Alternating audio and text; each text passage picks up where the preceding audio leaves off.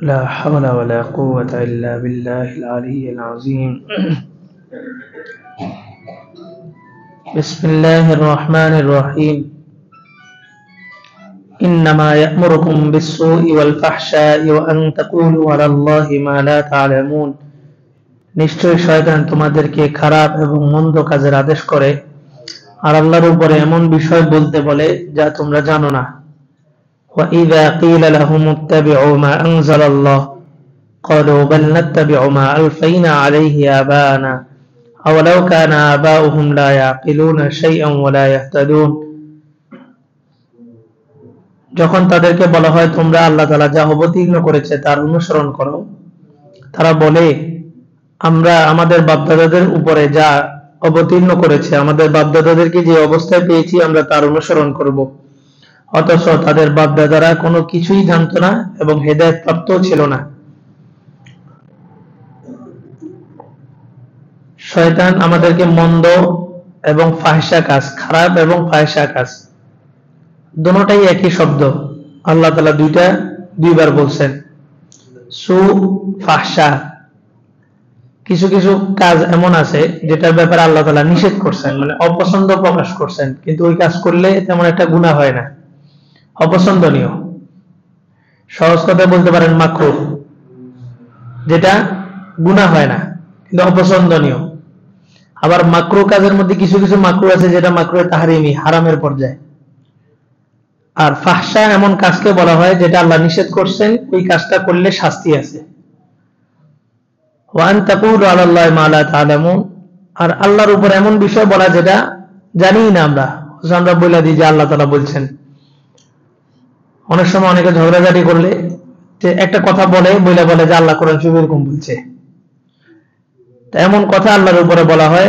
যেটা আমরা জানি না আর যখন ইহুদি নাসারাদেরকে যখন বলতো যে তোমরা আল্লাহ তাআলা যে কোরআন অবতীর্ণ করছে এটার অনুসরণ করো তখন তারা কি বলতো তারা বলতো যে না আমরা কোরআন অনুসরণ করব না আমাদের বাপ দাদাদেরকে আমরা যে ধর্মের উপরে পাইছি আমরা ওটারই অনুসরণ করব আল্লাহ বলেন যে তাদের বাপ দাদারা কিছুই জানতো না এবং হেদায়েতের উপরেও ছিল না ওমাসালুল লাযীনা কাফারু কামাসালিল লাযী ইয়ানঈকু বিমা লা ইয়াসমাউ ইল্লা দুআআ ওয়া নিদাআ সুম্মুন বুকমুন উময়ুন ফাহুম লা ইয়াকিলুন কাফেরদের দৃষ্টান্ত ওই সমস্ত ব্যক্তির মতো ওই রাখালের মতো যে তার পশুগুলোকে ডাকে কোনো কিছুই বুঝে না শুধুমাত্র আওয়াজ ছাড়া তারা বধির অন্ধ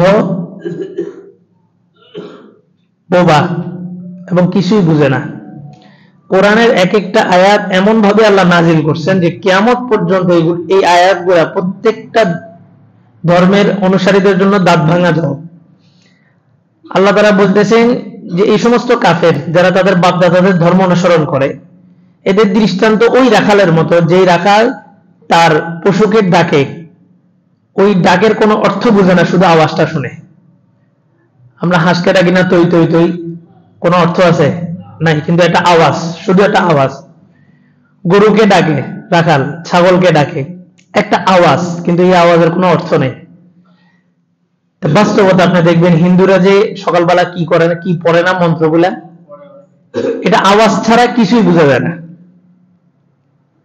কোরআন আমি এখন আপনাদের সামনে পড়ছি এবং কোরআন কি বলছে এটা বলতেছি আমি যেমন বুঝছি আপনারা এমন বুঝতেছেন এটা আমাদের সংবিধান তাদের ধর্মের গ্রন্থ যদি তাদের জন্য সংবিধান হয় তাহলে তো এটা সবাই বুঝার কথা কিন্তু দেখবেন আপনি কান লাগায় দেখবেন শুধু কিছু আওয়াজ ছাড়া আর কিছুই নেই আর কিছু কিছু মন্দির আছে যেগুলোতে ধর্ম গ্রন্থ তো পাঠ করা হয় না শুধু ঘন্টা বাজানো হয় আর কোনো কিছুই নেই শুধু ঘন্টা বাজানো হয় মানে এই আয়াতগুলা একদম দাঁত ভাঙা জবাব হিসেবে নামছে যে তাদের ধর্মগ্রন্থগুলা কিছু আওয়াজ ছাড়া আর কিছুই নেই আর ধর্মগ্রন্থগুলা তো পরিবর্তন হয়ে গেছে যে যার যার মতো করে পরিবর্তন করে দিছে আল্লাহ বলেন যে এরা বধির সুম্মুন বুকমুন উময়ুন কানে শুনে না বোবা অন্ধ বধির বোবা ফাহুম লা ইয়াকিলুন এবং আকল যে আছে আকল দিয়ে কিছু চিন্তাও করে না আপনার চোখ আছে চোখ দিয়ে যদি আপনি ভালো জিনিস না দেখে যদি সারাক্ষণ মোবাইলের মধ্যে চোখটা রাখেন তাহলে আপনাকে অন্ধ বলা হবে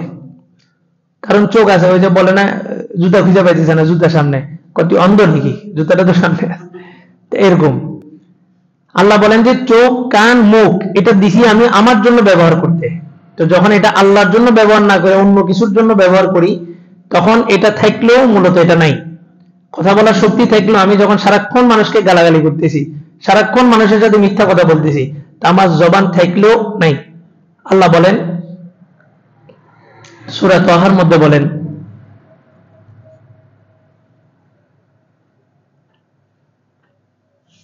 যে হাসরের মাঠে কিছু কিছু মানুষকে আল্লাহ তাআলা অন্ধ করে উঠাবেন। তখন ওই মানুষগুলা বলবে, ক্বালা রাব্বি লিমা হাশারতানি আ'মা ওয়া ক্বাদ কুনতু বাসীরা। আল্লাহ, আজকে যে আমি অন্ধ, আমি তো পৃথিবীতে আমার চোখ ছিল, আজকে আমাকে কেন অন্ধ করছেন? আল্লাহ বলবেন, কাযালিকা আতাতকা আয়াতুনা ফানাসিতাহা ওয়া কাযালিকা আল-ইয়াওমা তুনসা। পৃথিবীতে তোমাকে চোখ দিয়েছিলাম, কিন্তু তুমি চোখ দিয়ে আমাকে ভুলেছিলা, তা আজকে আমিও তোমাকে ভুলে থাকবো। আর এটা কত কষ্টের একটা জিনিস যে হাসরের মাঠে আল্লাহ যদি কারো থেকে মুখ ফিরিয়ে নেন, তার আর শেষ, আর কোথায় যাবে? টাকনুর নিচে যারা কাপড় পরে, হাসরের মাঠে কয়েক শ্রেণীর লোকের সাথে আল্লাহ খুব রাগান্বিত থাকবেন। তার মধ্যে এক শ্রেণী হচ্ছে যারা টাকনুর নিচে কাপড় পরে। আল্লাহ এতটা রাগ হবেন যে তাদের দিকে আল্লাহ ভ্রুক্ষেপই করবেন না, তাকাবেনই না, হিসাবই শুরু করবেন না। মানুষ হতাশ হয়ে আল্লাহকে বলবে, আল্লাহ জান্নাত হোক জাহান্নাম হোক, একটা ফয়সালা করে দেন।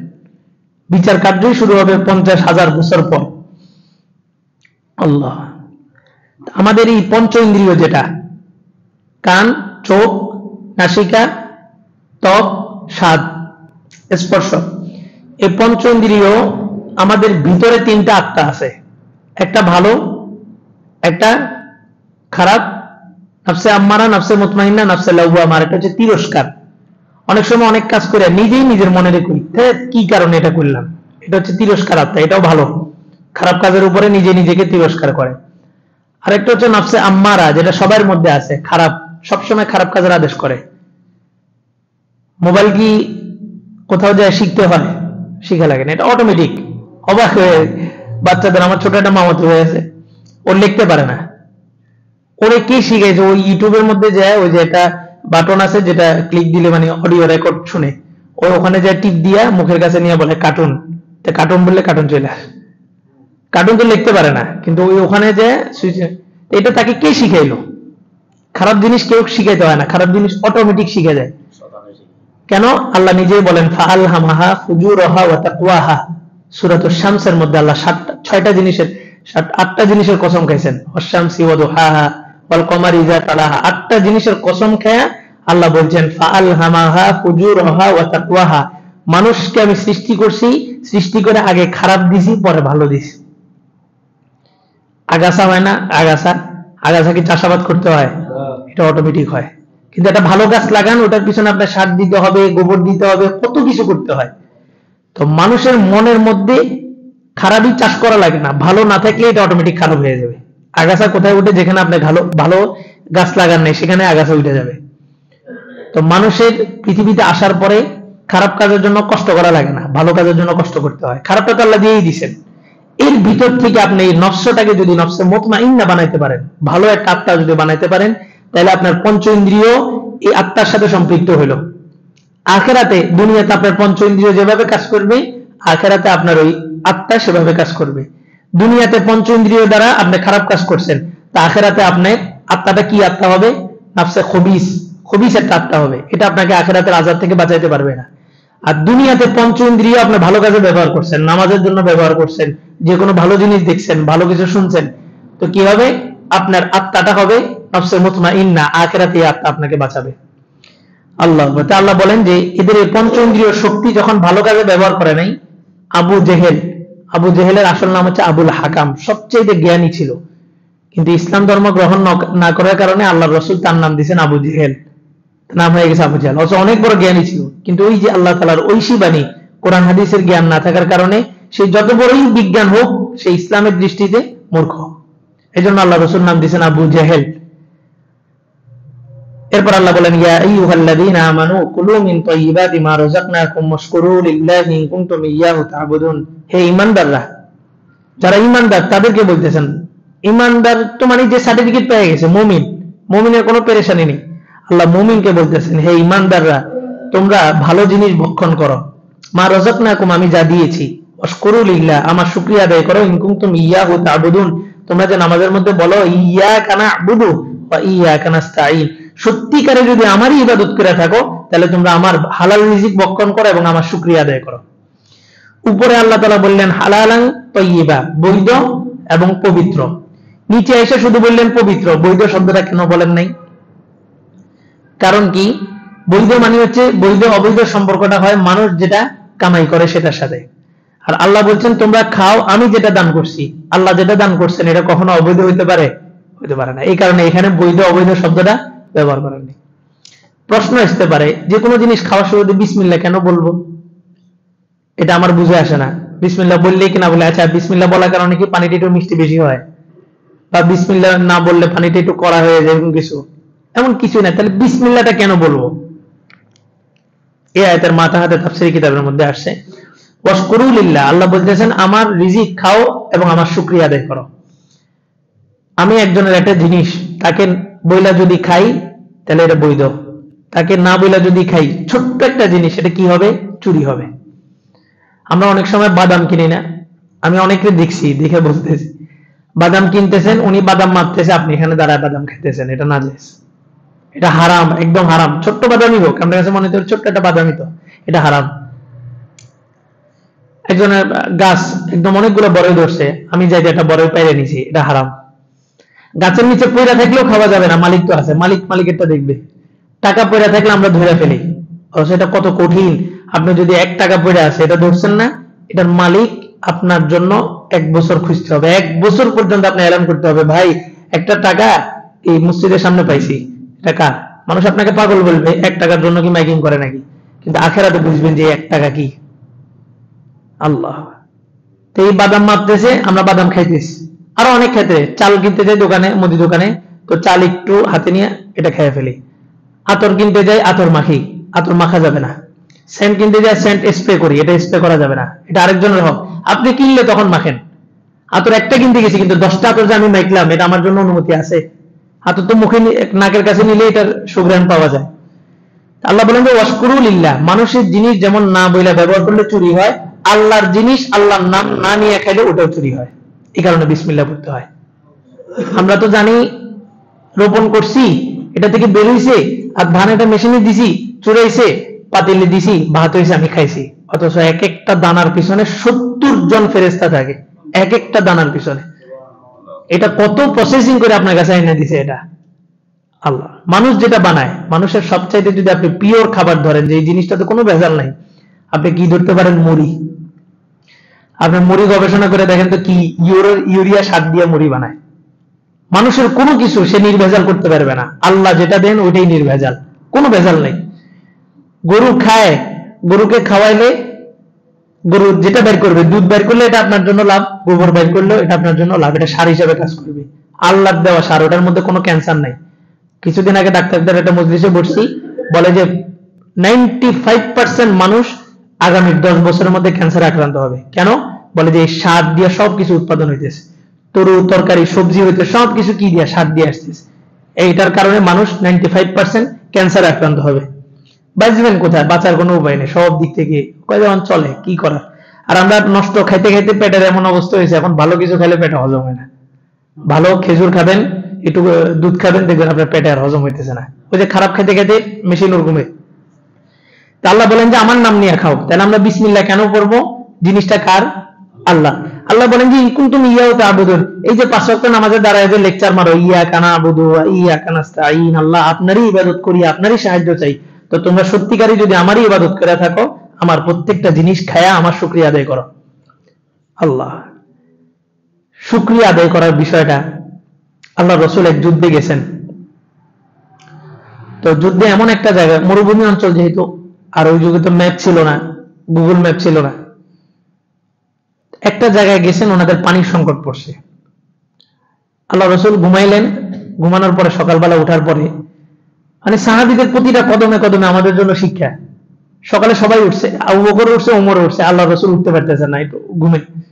হযরত ওমরের মতো সাহাবী, উনি আল্লাহ রাসূলকে জাগানোর সাহস করতেছেন না, বলে যে মনে হয় আল্লাহ তাআলা হয়তো ওহী নাজিল করতেছে, জাগাইতেছেন না। হযরত আবু বকর মাথার কাছে যায়, আল্লাহু আকবার, আল্লাহু আকবার, আস্তে আস্তে তাকবীর দিলেন। একটা মানুষ যখন ঘুমায়, তার রূহটা কোথায় থাকে? ওই যে মৃত ব্যক্তিদের রূহের সাথে জীবিতদের রূহ একসাথে হয়, রূহটা সেখানে থাকে, সে তার বডিতে আইসা ফিট হইতে সময় লাগবে। ডাক্তাররা নিষেধ করে, যে কাউকে ঠাস করে জায়গা দিয়ে নিষেধ করে। আমরা এটা অনেক সময় করি, অনেক সময় বাচ্চাদেরকে জোরে জোরে দরজা পিটায় বা ধাক্কা দিয়া বা পিটায়, মাদ্রাসায় অনেক সময় এরকম হয়, এগুলো নিষেধ, এটা করা যাবে না। একটা মানুষকে আস্তে আস্তে তার রূপটা এসে তার শরীরে ফিট খেতে খেতে সময় লাগবে। আল্লাহ রসুলের মাথার কাছে যায় তাকবীর দিলেন, আস্তে আস্তে রাসূল উঠলেন, ওইটা ফজরের নামাজ পড়লেন, দেখলেন যে একজন সাহাবী ফজরের নামাজ পড়েনি। রাসূল নামাজের পরে বললেন যে কি সমস্যা, আর ওনারা রাসূলের সাথে কেমন আন্তরিকতা ছিল, কেমন বন্ধুর মতো ছিল, সব কথা শেয়ার করতেন। বলে যে ইয়া রাসূলুল্লাহ, আমার তো রাত্রে নাইট প্রেসার হয়েছে, স্বপ্নদোষ হয়েছে, আমি নামাজ পড়তে পারিনি। তো তুমি গোসল করো নাই কেন? বলে যে ইয়া রাসূলুল্লাহ, পানির সংকট, কোথাও পানি নেই। আচ্ছা। হযরত আলী একজন মহিলাকে দেখলেন যে পানি নিয়ে আসতেছে, বলে যে তুমি কোথা থেকে পানি আনছো? তো বলে যে তোমরা এখন যেখানে আসো, আমি গতকালকে এই সময় এখানে ছিলাম, তার মানে গতকালকে এই সময় এখান থেকে আমি হাঁটা শুরু করছি, পানি আইনে আবার আগের জায়গায় আসতে আসতে আমার 24 ঘন্টা সময় লাগছে, পানি এত দূরে আছে। তখন বলে যে তোমার কলস থেকে আমাদেরকে একটু পানি দিবা? বলে যে আমি আনছি এক কলস পানি, আমার দুইটা বাচ্চা এতিম, আমি বাচ্চা দুইটাকে পানি পান করাতে হবে। রাসূল বললেন যে দিকে আসো। ডাইকা নিয়ে, দেখেন পদে পদে শিক্ষা, ডাইকা নিয়ে বলতেছে যে তোমার পানি তো দিতে পারবে না, তোমার জরুরত আছে, আমাদের অল্প একটু পানি দাও। রাসূল একটা পেয়ালার মধ্যে অল্প একটু পানি নিছেন, নিয়ে পানির ভিতরে কোরআন শরীফের কিছু আয়াত, হাদিসের কিছু দোয়া পড়ে রাসূল ফু দিয়েছেন। দেওয়ার পরে এই পানিটাই আবার ওই মহিলার ইয়ার মধ্যে রেখে দিয়েছেন, মহিলার পাত্রের মধ্যে রেখে দিয়েছেন। রেখে দিয়ে সাহাবীদেরকে বললেন যে তোমরা এই পাত্র, যে পাত্রের মধ্যে রাসূল দোয়া পড়ে ফু দিয়েছেন, বললেন যে তোমরা এই পাত্র থেকে পানি নিতে থাকো। স্পষ্ট কোনো সংখ্যা কিতাবে আসে নাই, বা আসলে আমি হয়তো পাইনি। যুদ্ধে যেহেতু বের হয়েছে, একটা মিনিমাম 10 থেকে 12,000 সাহাবী হবে।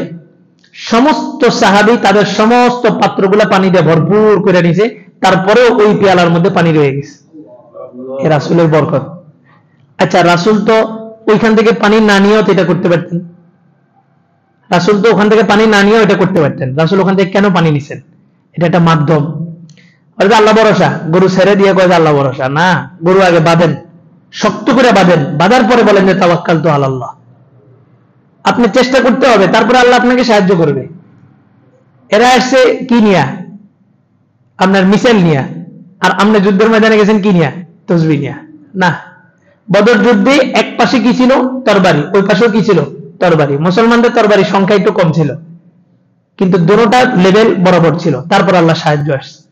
ফিলিস্তিনের জন্য আমরা কত দোয়া করতেছি, দোয়া কবুল হইতেছে?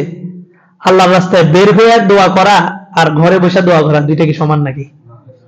তারা আছে যুদ্ধের ময়দানে, আর তাদের সফলতার জন্য আমরা দোয়া করতেছি এসি রুমের ভিতরে বসে। আল্লাহ আল্লাহ বলেন যে ওয়াশকুরু লিল্লাহ। এরপরে ঘটনা শুনেন, এই মহিলা যে আল্লাহ রসুলকে পানি অল্প একটু দিছে, পানিটাকে আল্লাহ রসুল লাগছে আবার ফেরত দিয়ে দিছে না? দিয়ে দিছে। এই মহিলা চলে গেছে, মুসলমানদের বিজয় শুরু হয়েছে, চতুর্দিকে সমস্ত মহল্লাগুলা মুসলমানরা বিজয় করে ফেলতেছে। ওই মহিলা যেই এলাকার মধ্যে ছিল, ওই এলাকাটার মধ্যে কোনো সাহাবী ঢুকতেছে না, তার আশপাশের সমস্ত মহল্লাগুলা বিজয় হয়ে গেছে। এই মহিলা তখন যাওয়ার সময় জিজ্ঞেস করছে, তোমাদের এখানে এই লোকটা কে? তা হযরত আলী রাদিয়াল্লাহু তাআলা বলছেন ইনি মুহাম্মদ। তো বলে যে আচ্ছা আচ্ছা, এটা তো পাগল, শুনছিলাম মদিনায় একটা মুহাম্মদ নামে একটা পাগল আসছে, এটা তাহলে সে না? আচ্ছা, চলে গেছে। এই মহিলা চিন্তা করতেছে, কিরে, সমস্ত মহল্লাগুলো মুসলমানদের হাতে, আর মুসলমানদের দিন দিন সংখ্যা বাড়তেছে না। মনে করেন আপনাদের পাবলিক হেলথ যদি সাহাবায়ে কেরাম বিজয় করতো, তাহলে সাহাবায়ে কেরাম যদি 5,000 আসতো, পাবলিক হেলথের লোক 5,000 আছে না, তো বিজয় করলে 5,000 আবার সাহাবীদের সাথে যোগ হয়ে গেছে না, মুসলমান হয়ে গেছে না? তাহলে সাহাবীদের দিন দিন সংখ্যা বাড়তেছে। ওই মহিলা যে এলাকায় ছিল, ওই এলাকার উপরে কোনো আক্রমণ করা হইতেছে না। এই মহিলা একদিন ছুটে আসছে কাফেলার কাছে, আয়েশা বলে যে তোমরা আমার আশপাশে সব মহল্লাগুলো বিজয় করলা, আমার মহল্লাটা কেন বিজয় করনি? তো বলে যে আল্লাহ রসুল বলছে তোমার ওই ইহসান, তুমি যে একদিন আমাদের উপরে ইহসান করছিলা, এই মহিলাকে ইহসান করছে। মহিলার যে পানিটা নিচে আল্লাহ রসুল আবার ওই পানিটা দিয়ে দিছে। বলে যে তোমার ওই ইহসানের কারণে রাসূল বলছে তোমার মহল্লায় যেন আমরা কি না করি, আক্রমণ না করি। কৃতজ্ঞতা। আজকে আপনি দিন শিখলেন, যার মাধ্যমে আপনি ইসলামের এই নিয়ামত যার মাধ্যমে পাইছেন, তার গলার উপর আপনি ছুরি চালালেন, এটা কৃতজ্ঞতা। সাদ সাহেবকে আপনি ইউটিউব দিয়ে চিনছেন না জুবাইর সাহেবের মাধ্যমে চিনছেন? সাদ সাহেব বাংলাদেশে প্রমোট করছে কে? জুবাইর সাহেব, বাংলাদেশের আলেম ওলামারা। আপনার এখন এই কার দরদ বেশি হয়ে যায়, কি বলে, মার থেকে পিসির দরদ বেশি নাকি মাসির দরদ বেশি, তেমন হয়ে গেল। তো কৃতজ্ঞতা নাই। অকৃতজ্ঞ হয়ে গেছে। আল্লাহ বলেন ইন্নামা হাররামা আলাইকুমুল মাইতা ওয়াদ-দামা ওয়া লাহমাল খিনজির ওয়া মা উহিল্লা বিহি লিগায়রিল্লাহ ফামান ইত্তাবা গায়রা বাগিন ওয়ালা আদিন ফালা ইসমা আলাইহি ইন্নাল্লাহা গফুরুর রহিম। অনেকে বলে দেখবেন ইসলাম ধর্ম গ্রহণ করলে অনেক রেস্ট্রিকশন, অনেক বাধা, অনেক এটা খাওয়া যাবে না, ওটা করা যাবে না, ওটা করা যাবে না। আজকে শুনেন ইসলামের আসল বিধানটা কি। ইসলাম বলে পৃথিবীর সব কিছু তোমার জন্য হালাল, একদম সব। 1 2 3 4 চারটা জিনিস তোমার জন্য হারাম। বাকি সব পৃথিবী থেকে 4টা জিনিস, পৃথিবী থেকে 10টা জিনিস, কোটি কোটি জিনিস আছে, সব জিনিস তোমার জন্য হালাল, শুধুমাত্র 4টা জিনিস তোমার জন্য হারাম। তাহলে বলেন ইসলাম ধর্ম কি আপনাকে আটকাইছে না ছেড়ে দিছে? ছেড়ে দিছে। যা মন চায়, যেটা মন চায় খাও, শুধু 4টা জিনিস খেও না। ইন্নামা হাররামা আলাইকুমুল মাইতা, ইন্নামা শব্দটা হরফে তাকসির, সীমাবদ্ধতা বোঝায়। একমাত্র শুধুমাত্র তোমাদের উপর হারাম করা হয়েছে আল মাইতা, মৃত, ওয়াদ-দাম, রক্ত। রক্তটা কি? হারাম। এজন্য ইমামে আজম আবু হানিফা বলেন কারো যদি রক্ত বের হয়ে যায় তাহলে ওযু ভেঙে গেছে। পেশাবটা কি? হারাম। মলমূত্র দুটোটা কি? হারাম। এই দুটো বের হইলে ওযু ভেঙে যায়। তো রক্ত যেহেতু হারাম, রক্ত বের হইলে কি হয়ে যাবে? ওযু ভেঙে যাবে। শাফি রাহমাতুল্লাহ আলাইহি বলেন যে না, রক্ত বের হলে ওযু ভাঙবে না, কোনো সমস্যা নেই। এই কারণে শাফি মাযহাবে নামাজে দাঁড়ায়, নামাজের কাতারে দাঁড়ায় মেসওয়াক করা যায়। আরবে, সৌদি আরবে দেখবেন যে ওনারা নামাজের কাতারের মধ্যে দাঁড়ায় কি করে? মেসওয়াক করে। ওনারা শাফি মাযহাব। আবু হানিফা রাহমাতুল্লাহ আলাইহি বলেন নামাজের কাতারে দাঁড়ায় মেসওয়াক করিও না, করলে কি হবে? অনেক সময় মেসওয়াকের গুতা লেগে তোমার দাঁতে দিয়ে কি বের হয়ে যেতে পারে? রক্ত বের হয়ে যেতে। তো রক্ত বের হয়ে গেলে আবু হানিফার নিকটে ওযু কি হয়ে যাবে? ভেঙে যাবে। এবার আমরা আরেকটা কাজ করি, এটা জঘন্য একটা কাজ, এটা আর করবো না, আজকে থেকে জানার পর থেকে আর করবো না। কারো হাত কেটে গেলে কি করি? রক্তটা টান দিয়ে, আচ্ছা এই যে রক্তটা যে টান দিয়ে খাইছি, এটা কি আবার রক্ত হইছে? এটা তো পেশাবের রাস্তা দিয়ে চলে যাবে, এটা পানি হয়ে যাবে। রক্ত তো আপনার এখান দিয়ে তৈরি হয় না, রক্ত আপনার খাবারের বিভিন্ন প্রসেসিং থেকে একটা অংশ রক্ত তৈরি হয়। এই যে রক্তটা পান করছি, আমার রক্ত আমি খাইছি, কিন্তু এই যে 1 ফোঁটা খাইছি, নিশ্চিত থাকেন 40 দিন আপনার নামাজ রোজা কিছুই কবুল হবে না। কমপক্ষে 40 দিন, হারাম খাইলে 40 দিন পর্যন্ত ইবাদত কবুল হবে না। এই কাজটা আমরা নিজেরাও করব না, কেউ করতে দেখলে তাকেও নিষেধ করব।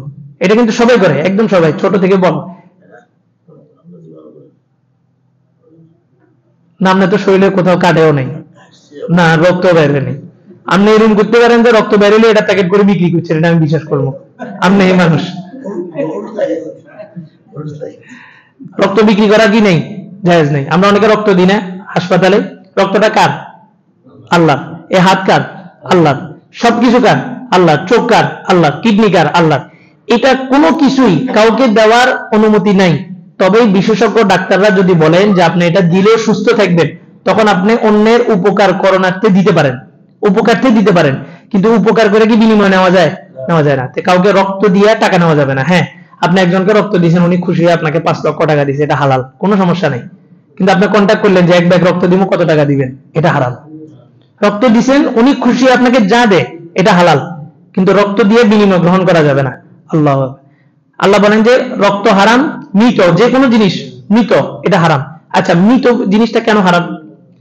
এক কাফের মুসলমান এক হুজুর পণ্ডিতরে প্রশ্ন করছে, বাহ তোমাদের ইসলাম ধর্ম তো মাশাআল্লাহ। কেন কি হয়েছে? বলে যে যেটা আল্লাহ মারে ওটা হারাম, আর যেটা তোমরা মারো এটা কি? হালাল। আমরা কোন একটা পশু জবাই করলে এটা কি হয়ে যায়? হালাল হয়ে যায়। আর যেটা মারা গেছে এটা কে মারছে? আল্লাহ মারছে। প্রশ্ন যৌক্তিক। কয় যে তোমাদের খোদা যেটা মারে ওটা তোমাদের জন্য হারাম, আর তোমরা যেটা মারো এটা তোমাদের জন্য হালাল। তো উনিও সুন্দর একটা জবাব দিছে, ও বা কল চিনো নি? কল? চিনি। কলের ভিতর থেকে পানি উঠায় কে? আল্লাহ উঠায়। কলের ভিতর থেকে, এরা তো ভগবান কয়, ভগবান উঠায়। তুমি যে পেশাব করো, এটা পেশাবটা করে কি? আমি নিজে করি। কয় যে যদি এরকমই হয়, তো তুমি যেটা করো এটা তোমার না হারাম, আর আল্লাহ যেটা করে এটা তোমার জন্য কি হয়ে গেছে? হালাল হয়ে গেছে। সব জায়গায় বিধান সব রকম হয় না। মৃত যেটা যেটা মারা গেছে এটা হারাম কেন? রক্তটা কি? হারাম। রক্তটা হারাম। যেই প্রাণীটা মারা গেছে এই প্রাণীটার রক্ত তার কন্ট্রোলের বাইরে যায়, সমস্ত গোশতের মধ্যে মিক্স হয়ে গেছে।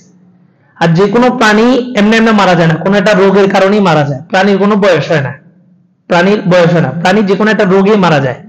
তো যখন মারা গেছে এই নাপাক রক্তটা তার পুরো শরীরের মধ্যে কি হয়ে গেছে? ফিট খেয়ে গেছে। এই রক্তটা তো বের হয় নাই, রক্ত বের না হওয়ার কারণে ভিতরে তার গোশতগুলো কি হয়ে গেছে? নাপাক হয়ে গেছে। আর আমরা যখন জবাই করছি, জবাইয়ের মাধ্যমে কি বের হয়ে গেছে? ওই যে নাপাক রক্ত যেটা সেটা বের হয়ে গেছে, তখন গোশতটা পিওর হয়ে গেছে। তাহলে দুইটা জিনিস হারাম, এক নাম্বার মৃত, দুই নাম্বার রক্ত, তিন নাম্বার লাহমাল খিনজির, শুকরের গোশত। এখন প্রশ্ন হলো যে হুজুর শুকরের গোশত তো ঈসা আলাইহিস সালামের ধর্মে জায়েজ ছিল, তাহলে আমাদের ধর্মে নিষেধ হলো কেন? এটার কয়েকটা জবাব কিতাবের মধ্যে আসছে। তার মধ্যে এক নাম্বার বিষয় হচ্ছে ঈসা আলাইহিস সালামের যুগে শুকরকে হালাল জিনিস খাওয়ানো হতো, শুকরকে হালাল পবিত্র জিনিস খাওয়ানো হতো। ঈসা আলাইহিস সালামের ধর্মের সর্বশেষ পর্যায়ে যখন ঈসা আলাইহিস সালামকে আল্লাহ তাআলা উঠায় নিয়েছেন, 570 বছর পর্যন্ত পৃথিবীতে কোনো নবী পাঠান নাই, তৎকালীন সময়ের মানুষ শুকরকে নাপাক জিনিস খাওয়াইতো।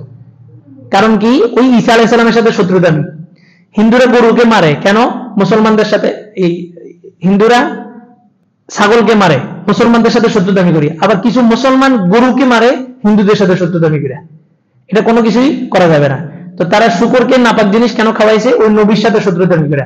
ওই যে এই নবী এই শুকরকে হালাল করছে, তো এটাকে হারাম খাওয়া, দেখি এবার কেমনে খায়। তো যে কোনো প্রাণী যখন হালাল খাবে তখন এটা মুসলমানদের জন্য হালাল, আর প্রাণী যখন হারাম ভক্ষণ করবে তার মানে হারাম খাওয়ার সাথে সাথে তার গোশত, রক্ত এবং লালা সবকিছু কি হয়ে গেছে? হারাম হয়ে গেছে। কুকুর হালালও খায় হারামও খায়। হারাম খাওয়ার কারণে আল্লাহ রাসূল বলছেন যে কুকুর যদি কোনো পাত্রে মুখ দেয় ওই পাত্রটা ধুইতে হবে। কেন? এই যে লালা তৈরি হয়, যে মানুষের লালা, মুখে যে লালা, এই লালাটা কোথা থেকে আসে? গোশত থেকে। লালা, ঘাম এগুলো গোশত থেকে আসে। আর গোশত কিসের থেকে তৈরি হয়? খাবার থেকে।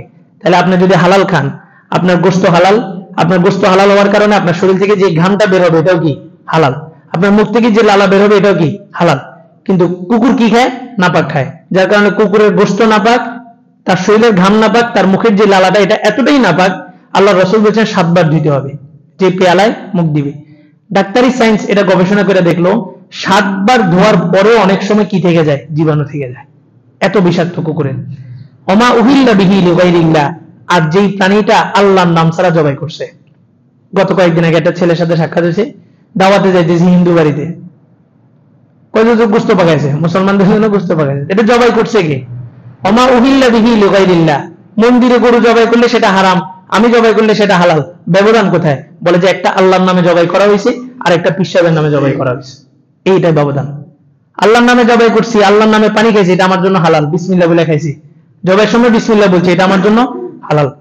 এখন মুরগি কিনতে যায় মাঝে মাঝে, তোকে যদি আপনি জবাই করেন, আমি বললাম যে না তুমি জবাই করো, জোরে জোরে দোয়া করো, তো হে জবাই করে লা ইলাহা ইল্লাল্লাহু মুহাম্মাদুর রাসূলুল্লাহ। জবাই দোয়া কি এটা? মানে মুরগিরে কালিমা পড়াইতেছে। এই অবস্থা। জবাই হয়ে যাবে, কোনো সমস্যা নেই, মুসলমান জবাই করলেই হলো। কারণ মুসলমানের মুখে আল্লাহ না থাকলেও দিলে কি আছে? আল্লাহ আছে। তো ভুলে যদি কোনো সময় না বলে তারপরে জবাই হয়ে যাবে। তো আল্লাহর নাম ছাড়া যে কোনো জিনিস জবাই করা হলে এটা আমাদের জন্য কি? হারাম। তাহলে আল্লাহর নাম ছাড়া পানি খাওয়া যাবে? আল্লাহর নাম ছাড়া ভাত খাওয়া যাবে? 24 ঘন্টা আল্লাহর নিয়ামতের মধ্যে আছে। এই জন্য বলে যে কোনো সময় তোমাকে কেউ জিজ্ঞেস করছে কেমন আছেন, যেমনই থাকেন কি বলতে হবে? আলহামদুলিল্লাহ। আর আমরা বলি আলহামদুলিল্লাহ আছি ভালো, তবে আজকে কয়দিন শরীরটা কি নেই, ভালো নেই। এই জন্য সর্ব অবস্থায় কার শুকরিয়া? আল্লাহর শুকরিয়া।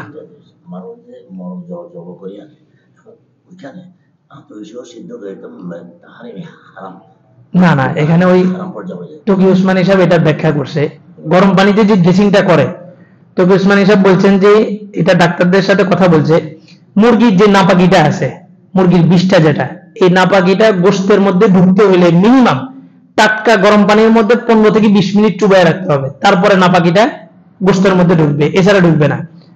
তো তকি উসমানী সাহেব বলছে ড্রেসিং করতে পারবে, কারণ ড্রেসিং এর মধ্যে যে গরম পানি দিয়ে চুবানো হয় এটা সর্বোচ্চ 1 থেকে 1.5 মিনিট, এর বেশি চুবানো হয় না। তারপরেও আল্লাহ বলছেন ওয়াহাররামা আলাইকুমুল খবাইস, সমস্ত খবাসাত জিনিস থেকে তোমরা বিরত থাকো। এই মুরগির নাপাকির ভিতরে মুরগিটাকে ড্রেসিং করতেছে, এটা থেকে আমার জায়েজ না জায়েজ পরে আমি একটু বিবেক, আমার একটু শখ লাগার কথা, যেটা নাপাকির মধ্যে করতেছে, এটা না করা, বাসায় আনি মহিলাদেরকে দিয়ে করানো না, ওটা করা যাবে, ওই 10-15 মিনিট সময় লাগবে।